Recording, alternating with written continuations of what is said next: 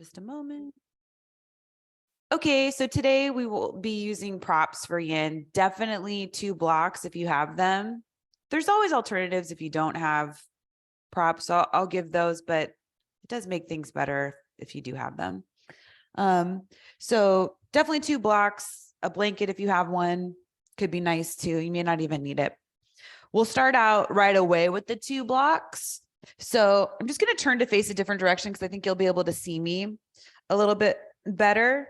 So 2 blocks behind you. First, so the blocks have 3 heights. This is the lowest height, this is the medium height, and this is the tallest height. This first block will go on the medium height closest to you, and then the other block will go on the tallest height behind that one. And you just want some space between the 2 blocks, some space between you and the first block. And just start with that. You'll move it later. So you'll turn to face away from the block. So blocks are behind you. Here's where my hips are. Here's where this first block is. And then you'll come down onto the forearms. So this first block, you're trying to get the bottom tips of the shoulder blades, which is pretty low on the back. You're trying to get those bottom tips of the shoulder blades on this closest edge of the block to the body. So you use the forearms to get yourself down low enough. Then you get the block right underneath those shoulder blades and you'll feel a lifting and spreading of the chest. Use the hands for the other block to rest the head on that other block. So you want the part of the skull that sticks out the most to rest on the tallest block behind you. Then arms come down by the sides. We leave the soles of the feet on the mat. You can even crawl the feet out wider, so more toward the outer edges of the mat, and the knees together. And if you don't have blocks, you could do the same thing with like a big pillow underneath you, long ways, so you get a little bit of height in the spine.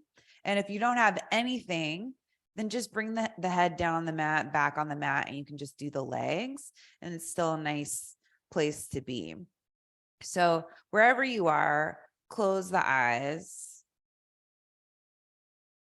Start to take a deep breath in through the nose. Back out through the mouth. And we'll do 2 more like that, cleansing breaths. Breathe in as deeply as you can, all the way in. Exhale out of the mouth, let it go. 1 more like that.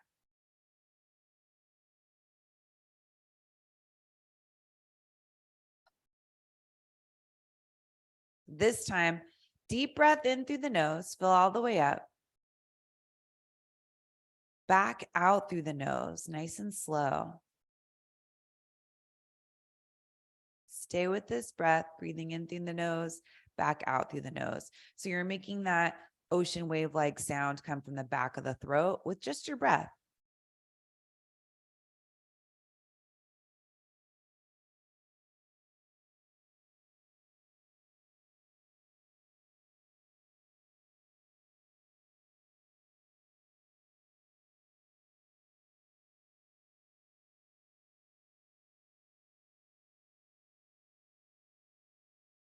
And as you focus on the sound of your breath, length of the breath, you start to feel it move throughout the body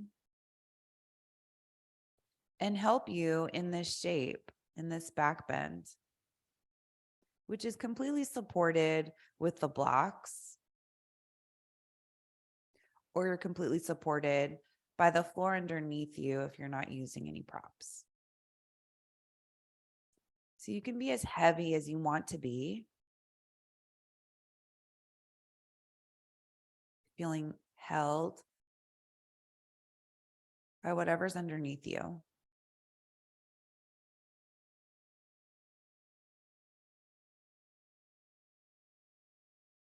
So we'll be exploring a lot of different poses today. You'll want to stay away from your edge. So yin is about less effort, but longer time spent in each pose. And it's a different style of yoga, one that gets into our connective tissues, joints, ligaments.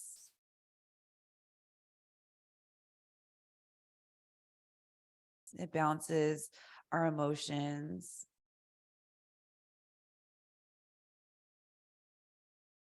a wonderful way to take care of yourself.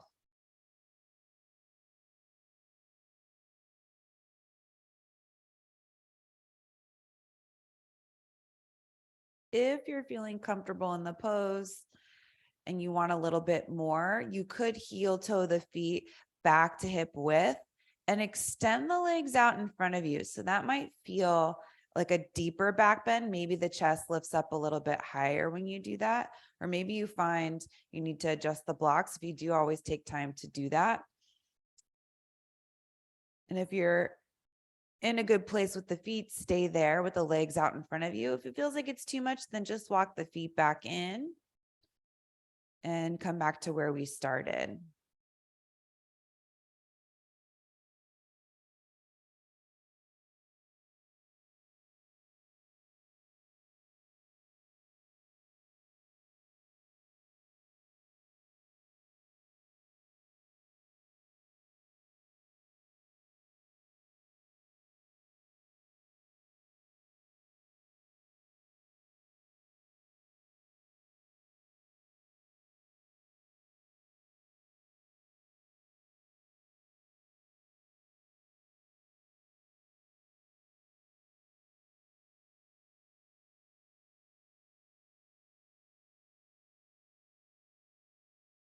And you can keep the legs extended out in front of you. If you want to add a hip opening, I'll give you another option. That's bringing the soles of the feet together and the knees wide. And if you're not in a back bend and you just have the head and the back on the ground, definitely take this variation.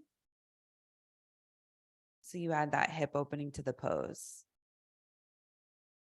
Staying away from your edge. So if you bring the feet in real close to the body, that's a deeper version of the pose. If you crawl the feet away from the body, it's a gentler version. So bring some ease into the pose. You're not going for your biggest hip opening. We have plenty of time to get into the hips. See where you can soften it up a little bit.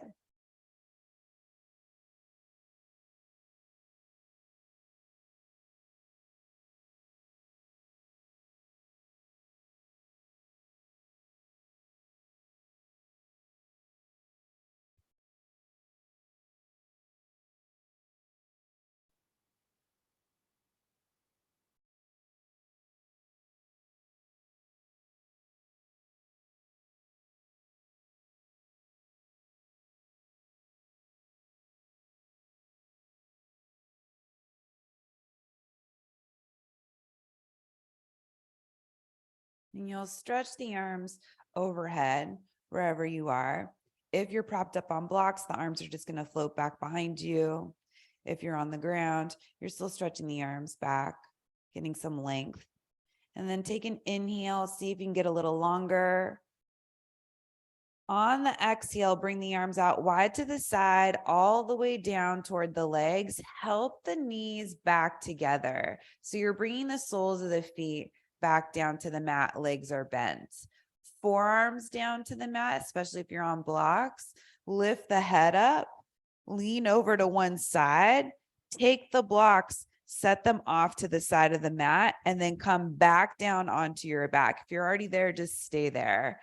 Once you come down onto your back, and if you did have the blocks underneath you, you'll feel a big difference. The spine shifting after that back bend. Maybe you extend the legs forward. So you're just lying down like Shavasana.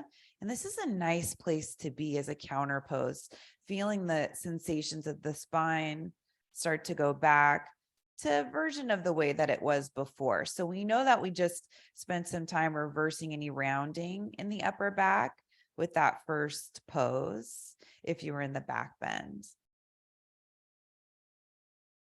So your posture's starting to realign. And you have this flat surface underneath you to keep it long, to keep it straight with the natural curves of the spine.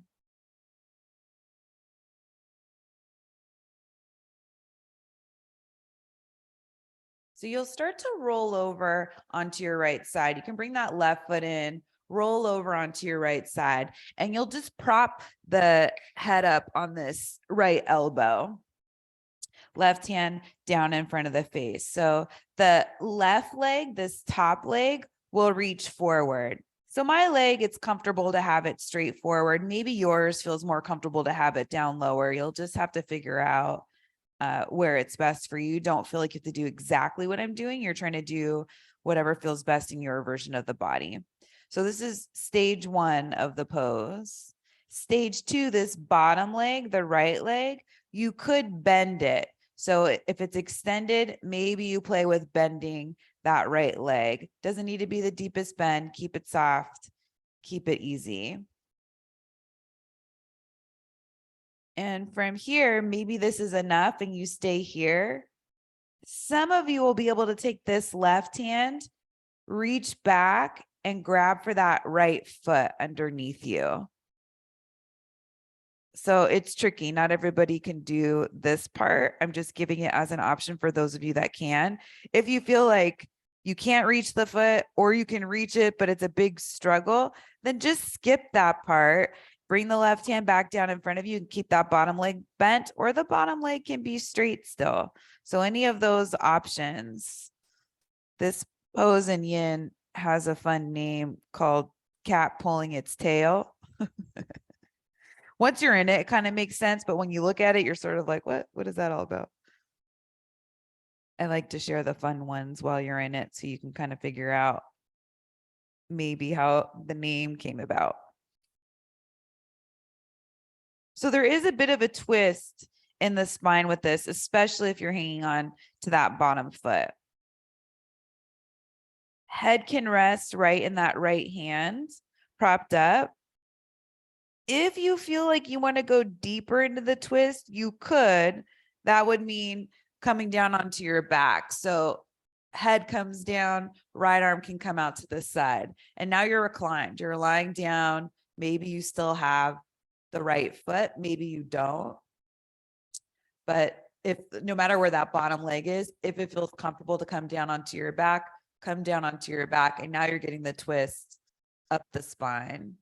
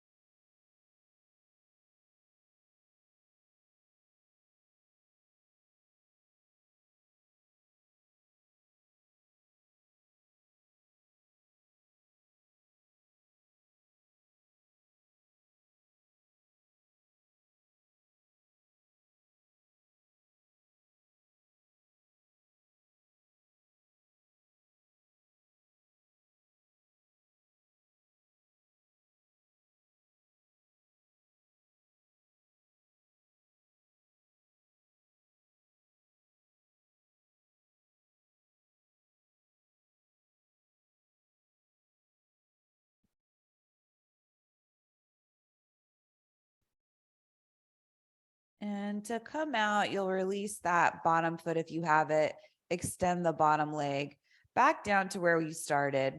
Left hand comes in front of you.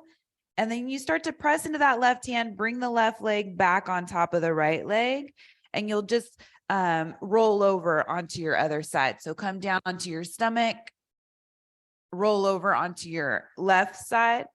Same thing. So you're lying on your left side, head's in the left hand right in front of you. It's the top leg. So that right leg reaches forward any amount that feels good in your body.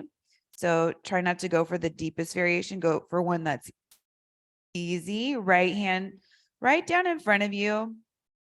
Maybe the left leg starts to bend. Stay here. Just let that left quad stretch. No need to reach back for it, deepening the pose too soon. We want to take this in stages.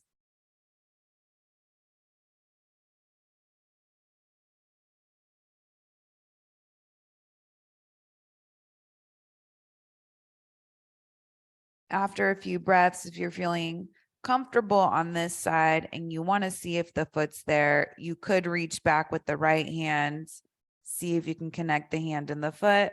If it's happening on this side, great. And maybe that means the right leg needs to go back a little bit. Maybe it doesn't stay all the way forward for this to happen. So you'll stay here, keeping the head propped up with the hand and the arm, staying with your breath. Taking our time, exploring the different variations of the pose, figuring out which ones work in our bodies in this moment, and skipping the ones that don't.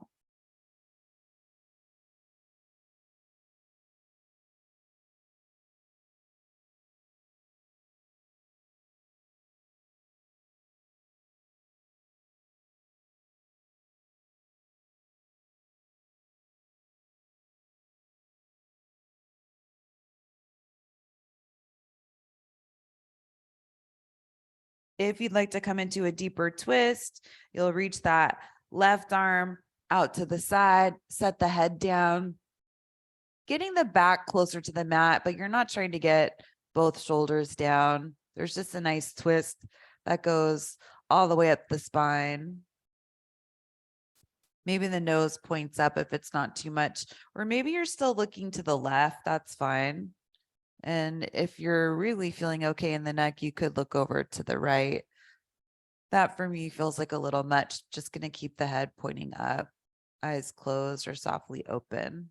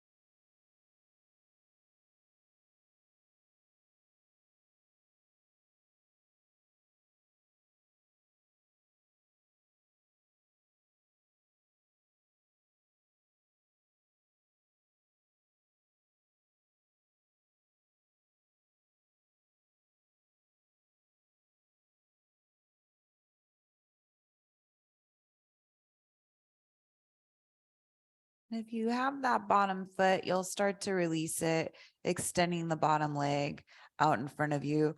Right arm comes over to the left. Bring the right leg back on top of the left leg. Come back onto your stomach. And we'll take child's pose. So there was a bit of a back bend in that last pose that we did and a twist. Child's pose will be a nice counter pose.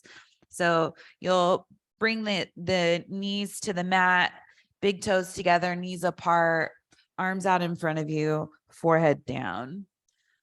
So child's pose. And child's pose can take a lot of different shapes. Sometimes our knees talk to us in child's pose. If that's the case, you just lift the hips up as high as you need to quiet down the knees. Don't force them into it. And if the hips go higher, it's also a little harder to get the forehead down to the mat. So if that's happening, put something underneath the forehead. It could be a pillow, a block, blanket, whatever you have. But you do want the forehead to rest on something. If the knees are okay, hips are pulling back toward the heels, but it's not a big push. Just feel that rounding of the lower back, the whole spine. And also, we're continuing on with this opening of the upper body. So you have the arms forward. They can be relaxed, so you can have the elbows resting on the mat with the forearms and the hands. It doesn't need to be a very active child's pose.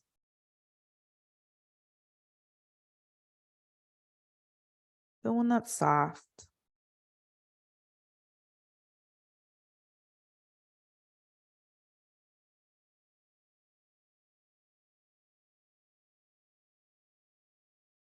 And from here, staying in the same shape, just lift the head. Arms are out in front of you. Take this right arm underneath you. Bring the right side of the head down onto the mat. So we're just getting into the shoulders a little bit, staying with a slight twist, since we already played with that in the last pose.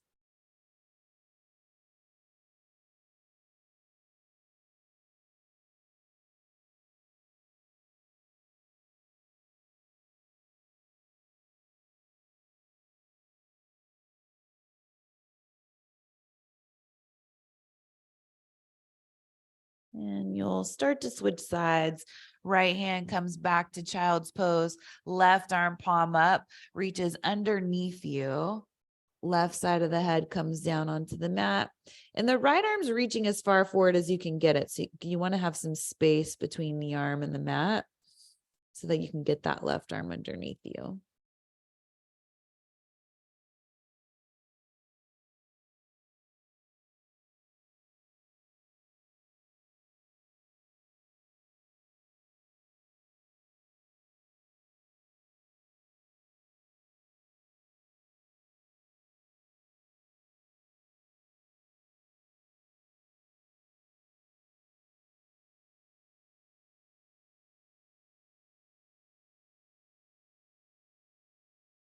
And left arm comes back to center, child's pose, just for a couple of breaths.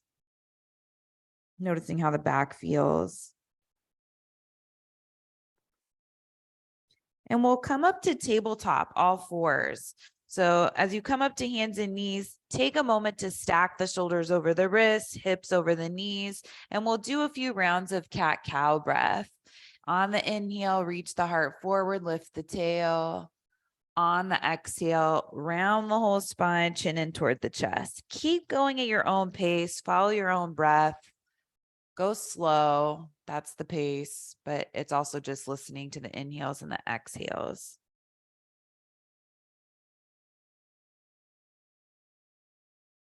So we've done a lot of work with the back today. So hopefully you're feeling some of that here as you start to move it, arching and rounding.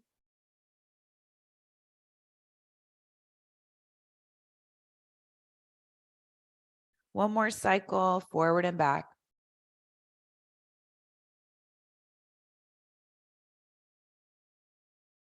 Back to a neutral spine. So if you are using a mat and you're on a hard surface, take the front of the mat and just bring it back so that you're folding it.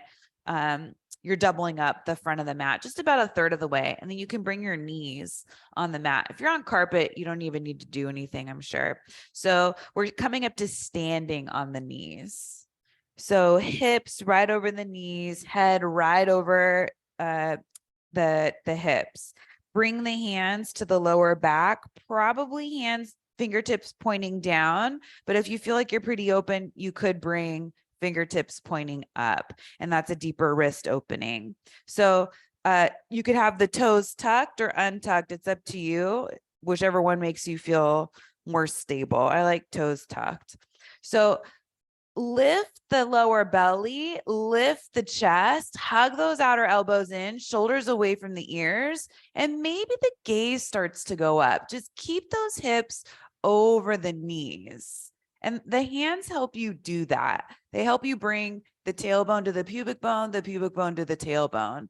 Gaze can be up. Some of you like to keep the gaze forward. You can play with that. There's a big difference in the pose if you look up or you look forward. If you feel like the heart rate starts to pick up and you start to feel stress, then bring the gaze forward. And that's a gentler way to do things. It also keeps the space in the back of the neck. So you don't want to crank the head all the way back. All right, we're coming back up. Use that core to bring yourself all the way back up. Untuck the toes if they're tucked. Sit back onto the heels. Rest the hands on the thighs. And you just take a few breaths here, letting that go, shaking that off.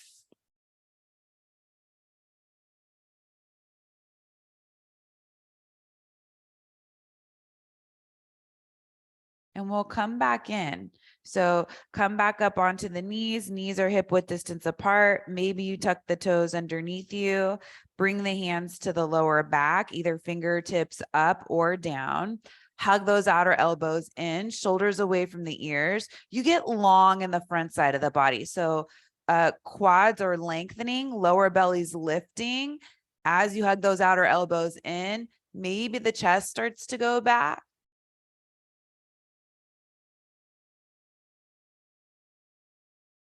And you find where your gaze is most comfortable. Breathing in through the nose, back out through the nose.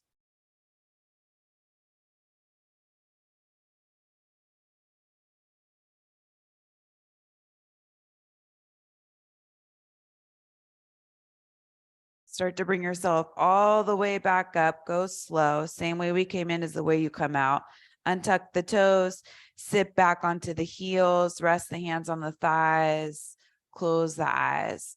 So back bends bring energy into the body. Your heart rate's probably picking up a little bit. That's fine. We just have one more that we'll do, and then we'll close out the back bends and move on. So coming back up onto the knees, separating the knees hip width distance apart. You could use blocks if you want to. They would just go outside of the ankles. Maybe the tallest height, you can always adjust them, but they go outside of the ankles so your feet are sticking back behind the block. So hands to the lower back, same setup. Find that length in the quads, lift the core, maybe the gaze as you lift the heart. So you can stay right here with the hands on the lower back. If you feel comfortable, you could bring the hands to the blocks. If you feel like the blocks aren't at the right height, you can adjust it. Some of you might be comfortable bringing the hands all the way back toward the feet. As long as you can still keep the chest lifted, shoulders away from the ears, back of the neck long. So it's the back side of the body that's helping you lift and spread the front side of the body.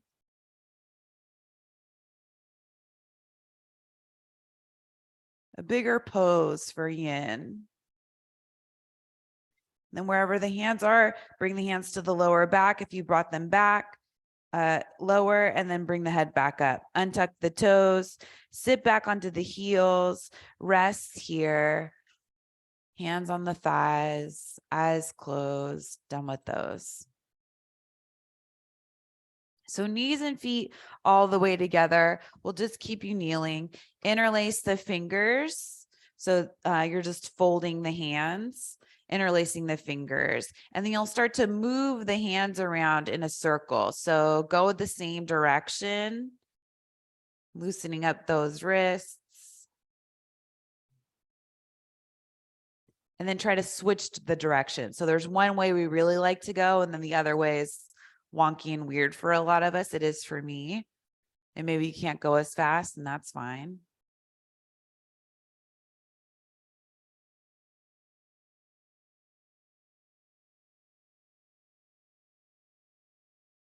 And you'll come back to center. If you have the mat folded up, unfold it so you have the full length of the mat, and you'll come to seated. So as you come to seated, turn so that you face the side. So you want the legs to go out a little bit wider, and you want the heels down on something. Unless you're on carpet, then you don't need to change to the side, but this feels good if you're on a harder surface. And then you'll bring the right foot in, and you want the heel and the toes at the center of the body. So you're not trying to bring this foot all the way over to the left leg. You actually want it a little bit open. You're going to face straight forward. sitting up tall. And for this one, we're just going to start with the twist. So open up the chest toward this the right knee, sitting up tall, fingertips are down on the mat or ground, and you're just sitting up as tall as you can. So you can stay right here for this twist. You could take the left hand, bring it to the knee, the right knee, or maybe the back of the hand to the thigh, but that might be too deep. So just see what feels good. You don't want that hand to be a gas pedal. You want it to be just supportive, more of a kickstand. So it's not bringing you deeper into the twist. It's helping you just stay in the same place.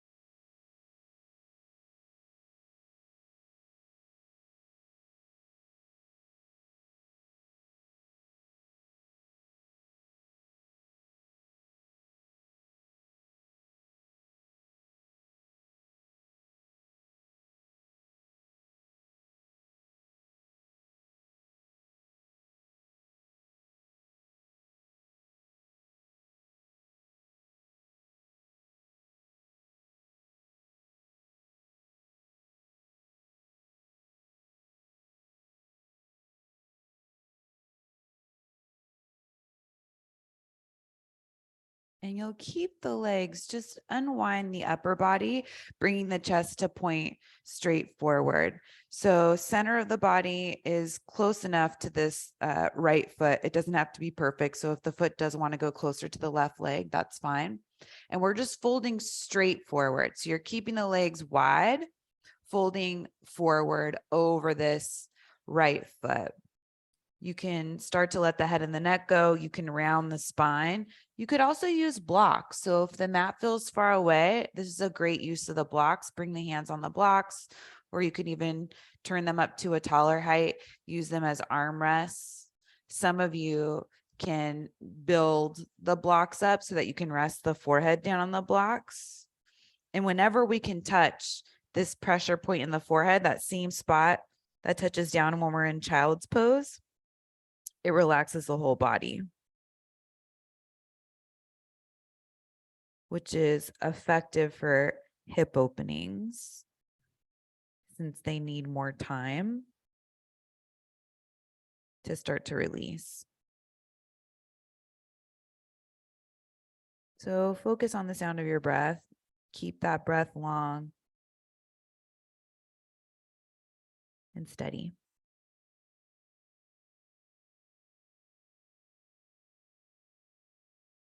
We played with, so this is half of what we played with at the beginning of class.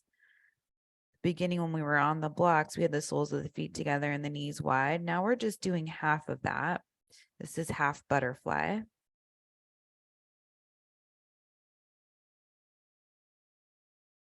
So we're getting a different opening in the backside of that right leg, right hip.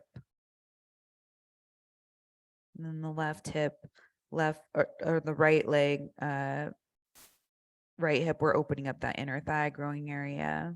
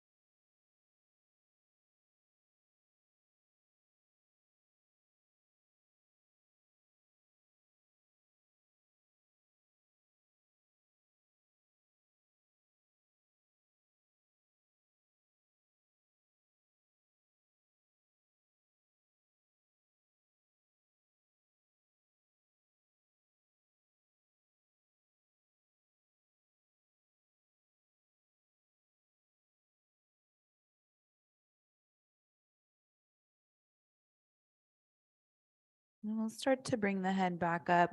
If you have blocks or anything in front of you, just set that off to the side so they're not in the way. Bring the hands back behind you, lean back, and then you'll bring the soles of the feet out wide, knees up, and we'll just bring the knees side to side like windshield wipers. This is a nice way to counter pose, release the hips before we transition over to the other side. And we'll do the same exact thing we did on the first side. So you'll come back to a wide-legged straddle. It's not as wide as you can go. So make sure you bring the feet in a little bit if you've gone too wide. And this time, left foot comes in, working toward the center of the body so that the heel and toes are right at the center of the body. But you know, it doesn't have to be perfect. Just let it go where it naturally wants to go.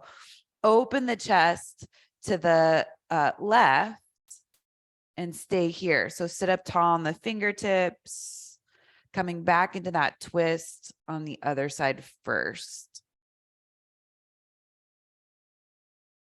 And that right hand might be perfect where it is. Maybe you bring it to the knee. Maybe you bring the back of the hand to the thigh. And it might be in a different place than where it was on the first side. See what's working here. Where you're not as far as you can go in the twist, there's still more left.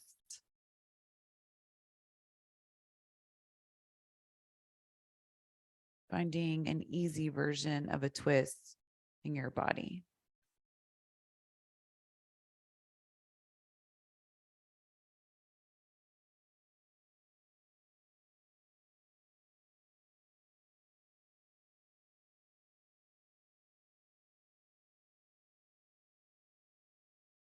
And we'll start to unwind the chest, facing it forward, sitting up tall, and then start to fold straight forward over this left foot. And if you liked using the blocks, grab those, figure out how you want to use them on this side. And this is where you start to elevate your practice. So as you start to collect your own props, you get better at using them. And the more you use them to enhance your practice, the better your practice gets. They're there for alignment. They're there for support.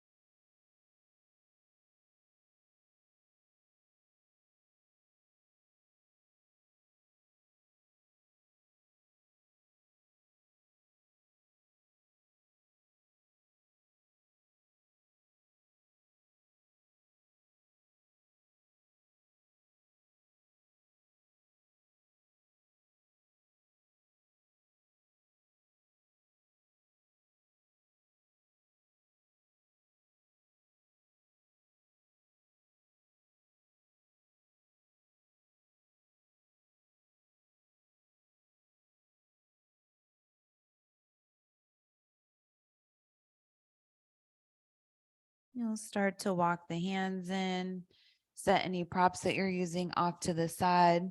Bring the hands back behind you, lean back, soles of the feet to the mat out wide, and we bring the knees side to side again.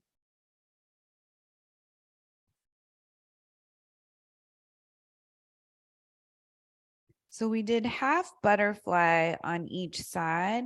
We'll come into full butterfly now. So coming to seated this time, soles of the feet together, knees wide. You could use blocks underneath the knees, especially if you have any knee trauma to support the knees. If you're okay without it, skip it.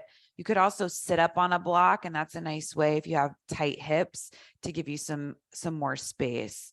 Hang on to the ankles, shins, maybe even the inner edges of the feet if that feels easy for you. Start to fold down over the legs.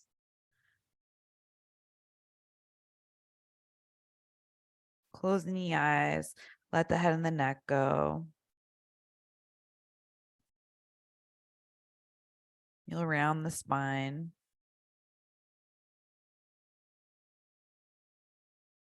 Not your deepest version of the pose. One that's soft and easy.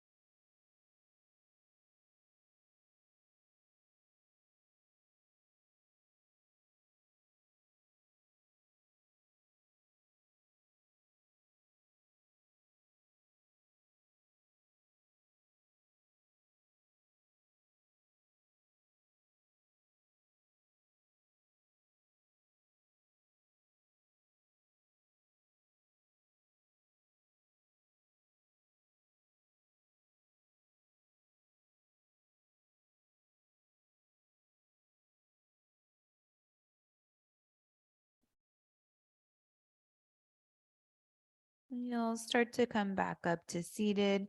Use the hands to bring the knees back together. Hands back behind you. Separate the feet wide. Move the knees side to side. So we also explored with half butterfly, half wide-legged straddle. So now we'll come into the fuller version of a wide-legged straddle, which feels really nice with those poses ahead of it. So 2 ways to do it. You can keep the soles of the feet on the mat, knees wide, and just stay like this. And this is a nice version of it. You could even bring the hands in front of you and fold forward. Some of you might be open enough to extend the legs, both legs out, but not as wide as you can go. And sitting up on a blanket for this is always really nice too. Having the blocks nearby is probably a good idea. You'll want to bring those in front of you if you're doing this version. All right, so you'll just start to fold back in. Take it easy. Don't go as far as you can go. figure out where that line is, figuring out where your edge is and then staying away from it. Maybe you start to use the blocks however feels comfortable. You might try a few different ways to use the blocks until you find one that works.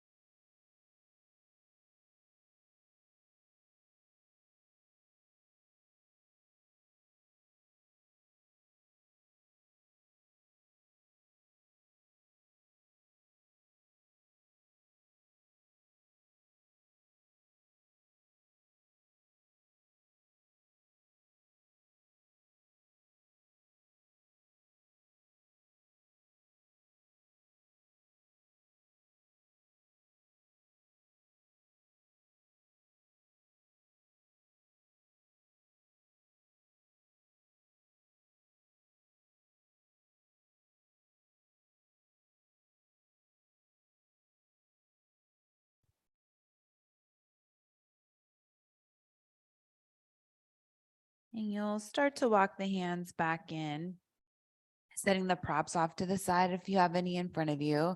Same thing, hands back behind you, soles of the feet to the mat, knees side to side.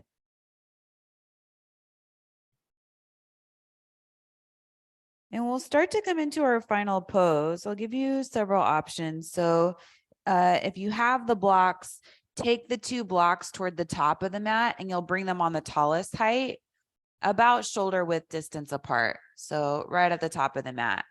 And then if you have a bolster, you'll take a bolster. You could even use a blanket too if you don't have a bolster. You'll take the bolster and you'll just set it right on top of the 2 blocks. So you have this bridge. And then those of you that don't have any props, you can do this with a couch, a bed, a chair, whatever you have. So what you'll do is bring the hips, doesn't matter which hip, pretty close up to this setup so that you can bring the backs of the calves and knees onto this bridge that you've built. So you want to keep the thighs fairly vertical. So if your hips are way back, you're going to have a big slant. So you might need to shift the hips a little closer, come on down onto your back, and then you have some elevation of the legs, the knees. This is a nice alternative to a traditional Shavasana. You're welcome to take a traditional Shavasana if that's all you have the option for. You can also do legs up the wall if you have a wall nearby. So start to close the eyes, let everything go, toes turn out, legs completely relaxed, no matter where you have them. So the palms face up, maybe you lift the chest a little bit to get the shoulder blades underneath you. Let the jaw become heavy. And you start to let go of the breath control. So just let the body breathe on its own.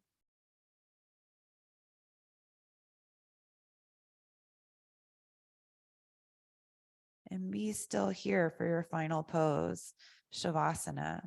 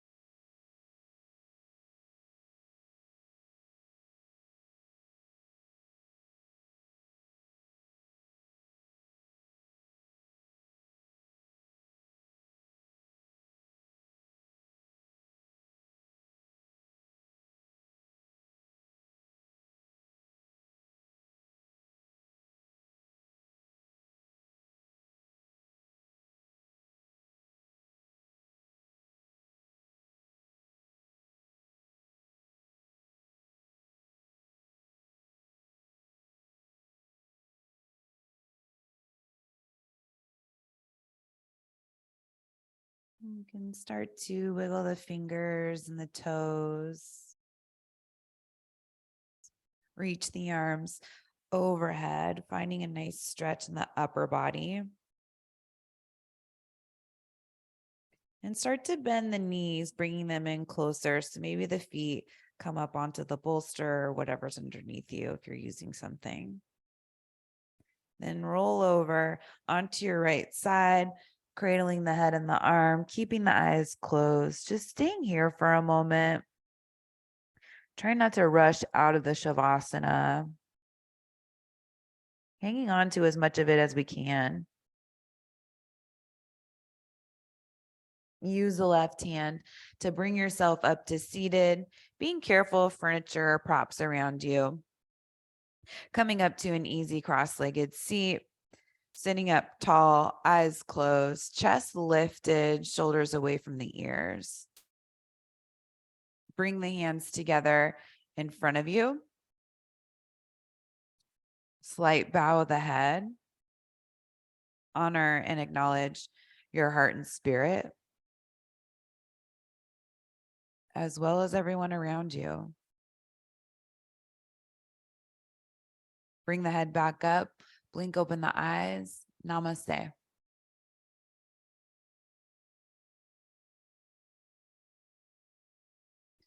Thank you for joining in. It is such a powerful practice, even though it's got a slower pace.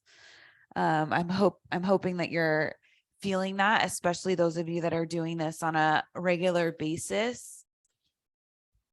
I just find it to be so therapeutic and beneficial. So thanks for joining.